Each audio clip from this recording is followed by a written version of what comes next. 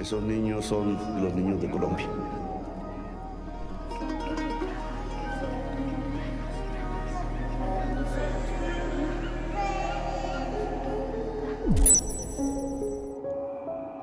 Pada tanggal 30 April 2023, seorang ibu yang berasal dari distrik kecil di Kolombia akan membawa keempat anaknya ke Bogota untuk menemui ayah mereka. Untuk menuju Bogota, mereka harus terbang menggunakan sebuah pesawat kecil bernama Cessna 206.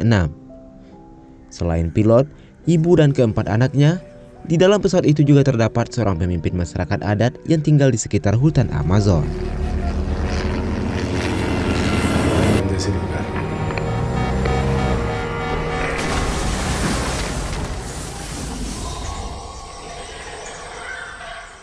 Keesokan harinya pada tanggal 1 Mei 2023, pesawat yang ditumpangi ketujuh orang tersebut hilang kontak dan kemungkinan jatuh di hutan Amazon. Hutan Amazon Kolombia merupakan hutan yang sangat berbahaya, dipenuhi dengan hewan buas dan letaknya sulit untuk dijangkau manusia. Atención, los organismos de socorro 1228 se encuentra una aeronave desaparecida que cubría la ruta Aracuara-San José del Guaviare. Se trata de un avión tipo...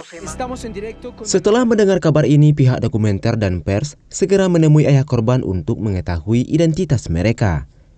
Pria bernama Manuel itu mengatakan bahwa keluarganya yang berada di pesawat itu berjumlah 5 orang, yaitu istrinya yang bernama Magdalena dan 4 anak mereka. Leslie berusia 13 tahun, Soleni 9 tahun, Tien 4 tahun, dan Christine yang baru berusia 11 bulan. Selain mewawancarai ayahnya, tim juga mewawancarai guru, nenek, dan tante keempat anak yang hilang. Mereka terlihat sangat khawatir, khususnya pada Christine yang masih berusia 11 bulan tersebut. Muy duro a mí, los niños porque ellos estaban aquí. Como si hubiera parte de mis hijos, se hubieran muerto. Setelah 4 hari dinyatakan hilang, seorang pemimpin pasukan bernama Brigadir Jenderal Sanchez dan Kapten Legionario menyusun strategi untuk mencari pesawat tersebut. Tidak lama kemudian, pasukan khusus ini segera pergi ke hutan Amazon menggunakan helikopter. Di awal pencarian, pasukan khusus yang berjumlah 26 orang ini merasa khawatir dengan keputusan mereka, karena tempat tersebut merupakan bagian dari kekuasaan pemberontak dan teroris. Tugas mereka bukan hanya mencari pesawat yang hilang, tapi juga menghindari kemungkinan serangan secara tiba-tiba. Di hari berikutnya, beberapa masyarakat adat yang mendengar ketua adat mereka juga berada dalam pesawat tersebut memutuskan masuk ke hutan untuk melakukan pencarian. Tapi mereka mencari secara terpisah dari kelompok militer. Masyarakat adat ini memilih untuk terpisah karena dulunya mereka memiliki konflik yang cukup serius dengan pihak militer. Pada masa lalu, pihak militer pernah datang ke wilayah mereka dan dianggap mengacaukan serta merusak tradisi dan budaya lokal yang telah dijaga turun-temurun. Hal ini menimbulkan luka dan ketidakpercayaan mendalam antara masyarakat adat terhadap militer. Dari minggu pertama hingga ke hari 15 pencarian, tim pencari tidak menemukan tanda-tanda apapun yang mengarah pada lokasi pesawat yang hilang. Kegagalan demi kegagalan membuat sebagian besar tim mulai merasa putus asa. Tapi Manuel percaya bahwa keluarganya, terutama keempat anaknya, memiliki peluang untuk ditemukan hidup-hidup. Di tengah pencarian yang penuh tantangan ini, seorang anak suku pedalaman bernama Alejandro yang sama sekali belum pernah mengenal dunia luar mengatakan kalau ia melihat sesuatu yang mencurigakan di tengah hutan, sebuah benda berukuran besar yang tampak tidak alami di lingkungan tersebut. Dengan harapan baru, mereka segera bergerak menuju lokasi yang disebutkan Alejandro. Setelah menempuh perjalanan panjang, akhirnya mereka menemukan bangkai pesawat yang jatuh. Perasaan tegang dan haru bercampur aduk saat mereka mendekati reruntuhan pesawat tersebut.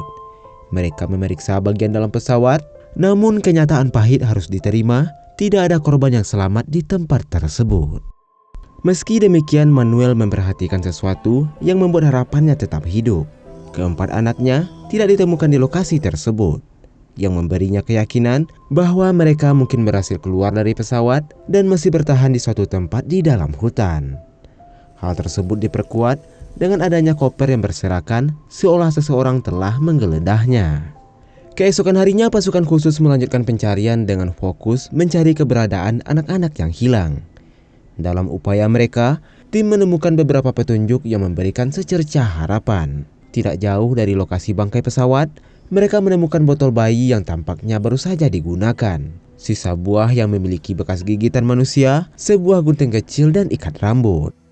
Temuan ini memberikan indikasi kuat bahwa anak-anak tersebut berhasil keluar dari pesawat dan mungkin masih hidup. Barang-barang tersebut menunjukkan bahwa mereka berusaha bertahan hidup dengan menggunakan apapun yang tersedia di sekitar mereka. Para anggota tim pencari mulai memperhatikan setiap detail, seperti jejak kaki atau tanda-tanda lain yang mungkin mengarahkan mereka ke lokasi keberadaan anak-anak tersebut. Mereka meyakini kalau anak-anak tersebut tidak berada jauh dari sana.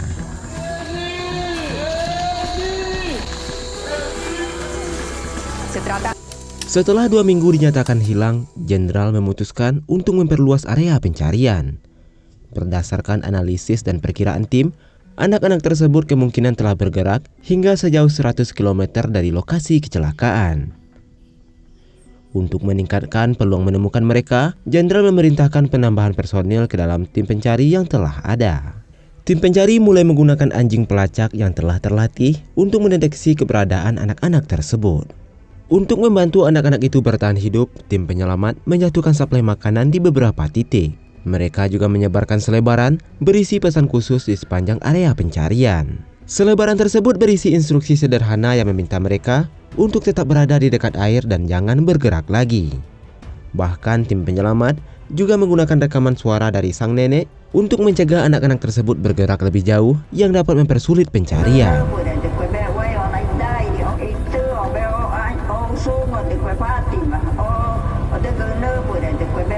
Di hari ke-18, pihak militer akhirnya berhasil mengevakuasi tubuh para korban menggunakan helikopter. Proses ini membutuhkan waktu lebih lama karena medan yang sangat sulit dan jarak lokasi bangkai pesawat yang jauh dari pemukiman terdekat. Menggunakan jalur darat untuk memindahkan jasad para korban hampir tak mungkin dilakukan. Hutan Amazon yang sangat lebat dengan pepohonan raksasa, medan berlumpur, serta ancaman dari hewan buas menjadikan perjalanan darat tidak hanya lambat tapi juga berisiko tinggi. Oleh karena itu, helikopter menjadi satu-satunya pilihan yang memungkinkan untuk membawa jasad para korban keluar dari hutan.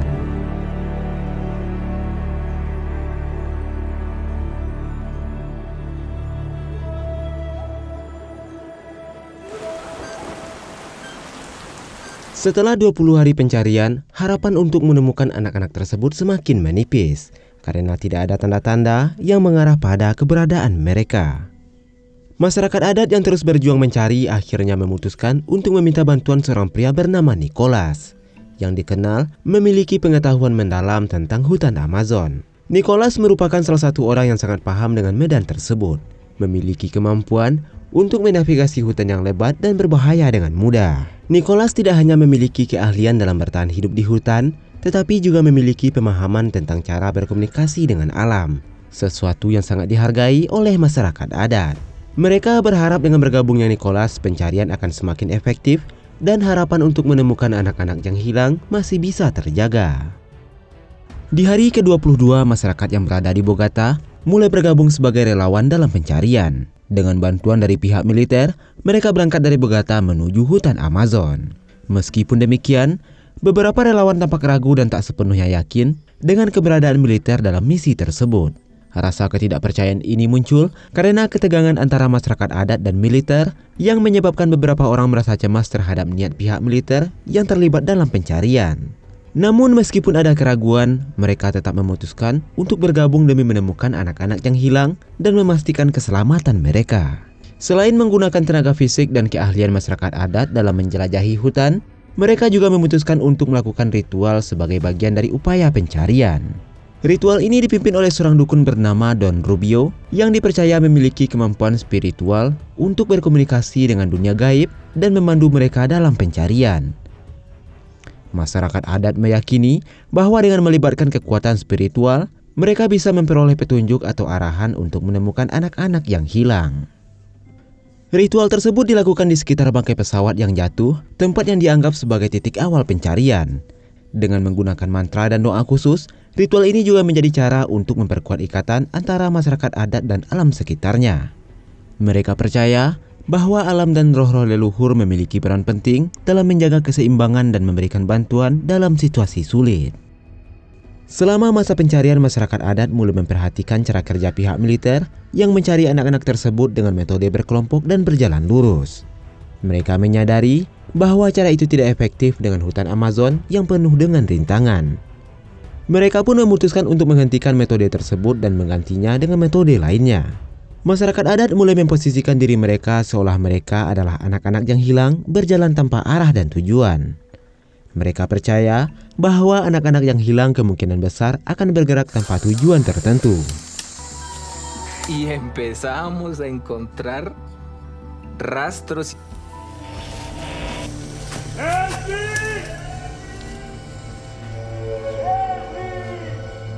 Metode ini terbukti lebih efektif. Setelah beberapa saat, mereka menemukan petunjuk-petunjuk penting seperti tutup botol, popok bayi, dan beberapa pakaian bekas anak-anak tersebut.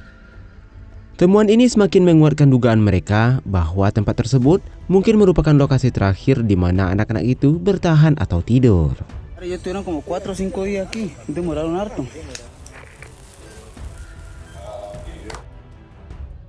Di hari ke-26 pencarian, yang juga bertepatan dengan ulang tahun pertama Christine, pihak militer merayakan momen tersebut dengan penuh harapan. Mereka juga mengadakan sebuah acara kecil di tengah hutan, berharap perayaan ini bisa membawa keberuntungan dan segera menemukan anak-anak tersebut. Di hari ke-29, harapan untuk menemukan anak-anak tersebut semakin menipis karena usaha mereka masih belum membuahkan hasil. Kondisi itu diperburuk dengan banyaknya para relawan yang jatuh sakit. Di antara mereka ada yang demam tinggi hingga batuk berdarah. Hal itu mengakibatkan sebagian besar relawan memutuskan untuk pulang dan meninggalkan hutan. Melihat situasi yang semakin sulit ini, pihak militer akhirnya memutuskan untuk mendekati masyarakat adat yang masih bertahan. Mereka menawarkan bantuan berupa obat-obatan dan perlengkapan medis. Keputusan ini menjadikan hubungan antara militer dan masyarakat adat yang sebelumnya sering berseteru mulai membaik. Pihak militer yang dulunya dianggap sebagai ancaman, kini memberikan dukungan yang sangat dibutuhkan oleh mereka. Gracias por ese apoyo. Lo que está haciendo y tenemos mucha fe que hoy. Memasuki hari ke-31 pencarian, pihak militer memutuskan untuk mengikuti cara kerja masyarakat adat dalam mencari anak-anak tersebut. Mereka bergabung bersama masyarakat adat dan mencoba untuk berjalan tanpa tujuan tertentu sebagaimana yang dilakukan anak-anak yang hilang.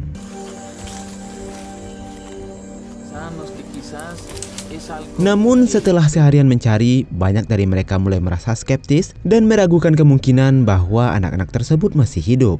Semakin lama mereka menyadari bahwa kemungkinan untuk menemukan anak-anak itu hidup semakin kecil.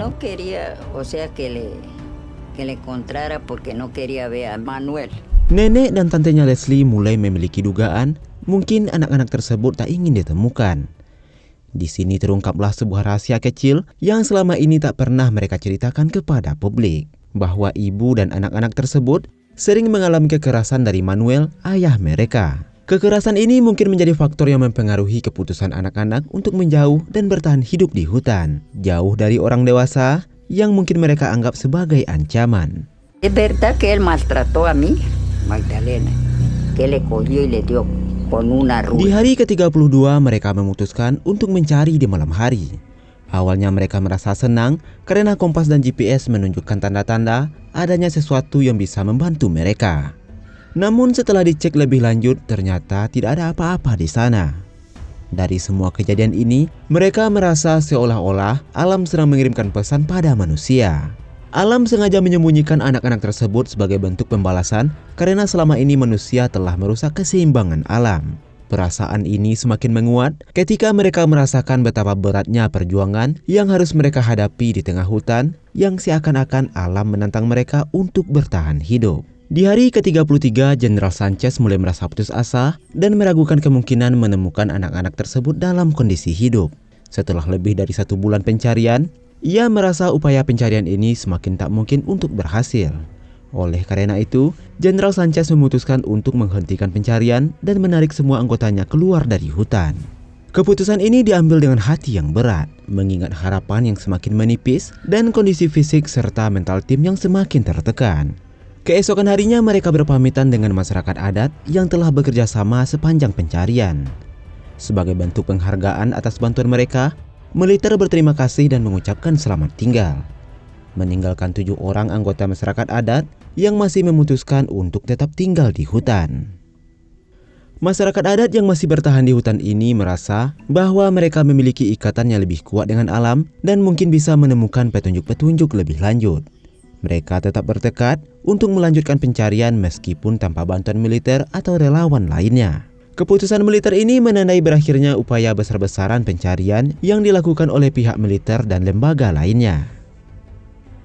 Masyarakat adat yang tersisa sebenarnya hampir menyerah. Mereka tampak termenung dan lesu memikirkan nasib anak-anak yang hilang tersebut. Namun jika mereka menyerah, harapan untuk menemukan anak-anak itu akan benar-benar lenyap. Mereka juga mulai merasa bingung dan tak tahu harus kemana lagi untuk mencari. Karena mereka sudah menelusuri sebagian besar wilayah hutan tersebut.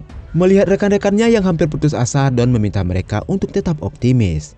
Ia mengingatkan satu-satunya harapan yang tersisa adalah Tuhan, Sang Pencipta alam semesta. Malam harinya mereka kembali melakukan ritual sebagai bentuk harapan terakhir. Jika cara ini gagal, besok mereka akan pulang dan meninggalkan hutan. Mereka pun merebus dedaunan dan mempersiapkan ramuan yang harus diminum oleh semua anggota tim pencari. Orang pertama yang meminum ramuan itu adalah Manuel, ayah dari anak-anak yang hilang. Begitu meminum ramuan tersebut, ia langsung muntah-muntah tanpa alasan yang jelas. Hal ini sempat membuat anggota kelompok merasa khawatir. Namun mereka melanjutkan ritual tersebut. Orang terakhir yang meminum ramuan itu adalah Don sendiri. Sesaat setelah meminumnya, tanpa diduga ia merasakan semacam pencerahan. Seperti harimau yang bisa melihat di malam hari, ia mulai bisa melihat dengan jelas jejak-jejak dan bayangan yang mengarah pada anak-anak yang masih hidup di dalam hutan. Dengan pengalaman itu, Don merasa yakin bahwa anak-anak tersebut masih hidup. Dan mereka hanya perlu mengikuti petunjuk-petunjuk yang telah ditemukan selama pencarian. Semangat mereka pun kembali menyala dan harapan untuk menemukan anak-anak itu kembali ada. Keesokan harinya atau tepatnya di hari ke-40, Don memberitahu bahwa mereka akan menemukan anak tersebut pada hari itu juga sekitar jam 3 sore. Akhirnya ketujuh orang tersebut pun terbagi menjadi 2 kelompok. Grup pertama sama sekali tak menemukan tanda-tanda apapun dan memutuskan untuk kembali ke tenda dan menyusun barang-barang mereka. Karena pada saat itu, pihak militer telah datang untuk menjemput mereka untuk segera pulang. Sementara itu, 4 orang lainnya masih berada di hutan di sekitar perbukitan. Ketika mereka hampir menyerah, tiba-tiba suasana berubah menjadi sangat sunyi dan mereka mendengar suara tangisan bayi.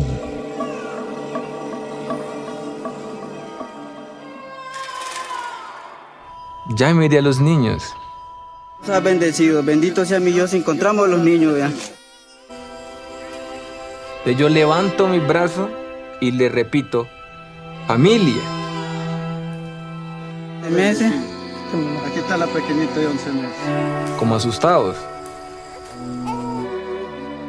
Awalnya anak-anak tersebut tampak ketakutan, tapi Nicholas mendekat meraih tangan mereka dan mengatakan bahwa ia adalah keluarga mereka. Dengan hati penuh harapan, setiap orang akhirnya membawa anak itu satu persatu ke perkemahan. Dalam perjalanan, Alejandro yang merasa sangat bahagia bernyanyi dengan penuh kegembiraan, mengungkapkan rasa syukur dan kebahagiaan bisa menemukan anak-anak itu dalam keadaan selamat.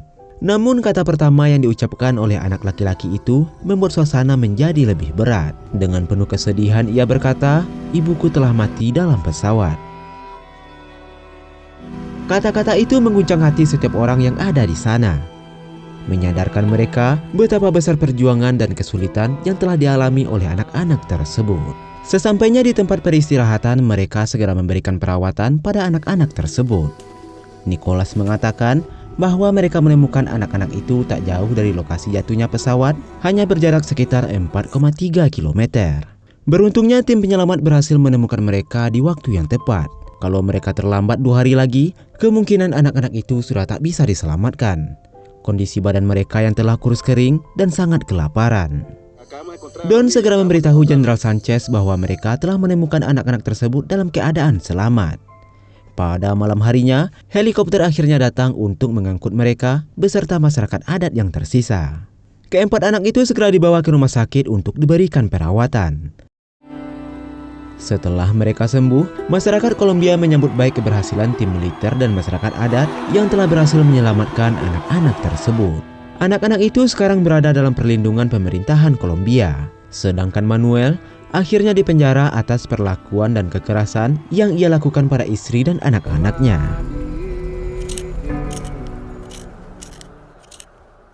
Setelah kejadian ini, Leslie diminta untuk menceritakan apa yang terjadi. Rupanya sesaat setelah pesawat jatuh, ia terbangun dan mendapati kakinya tertimpa puing-puing pesawat. Dengan sekuat tenaga, ia berusaha untuk mengeluarkan kakinya. Saat itu, ia melihat adiknya menangis dan ibunya yang masih hidup, namun tidak berselang lama ibunya terdiam dan tak mengeluarkan suara. Leslie merasa jika ia bangun lebih cepat, mungkin ibunya masih bisa diselamatkan.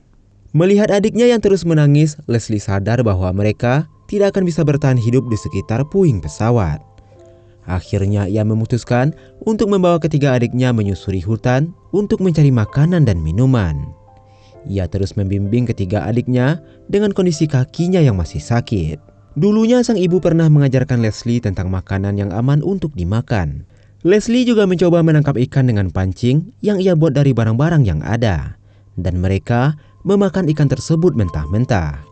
Rasanya sangat menjijikkan, namun mereka tak punya pilihan lain untuk bertahan hidup. Malam harinya saat adik-adiknya tidur, Leslie merasa tak bisa tidur. Ia merasa terancam oleh hewan-hewan buas yang siap menerkam. Pada suatu malam, mereka hampir tidur dekat ular, namun Leslie segera mengambil kayu dan memukul ular tersebut hingga mati.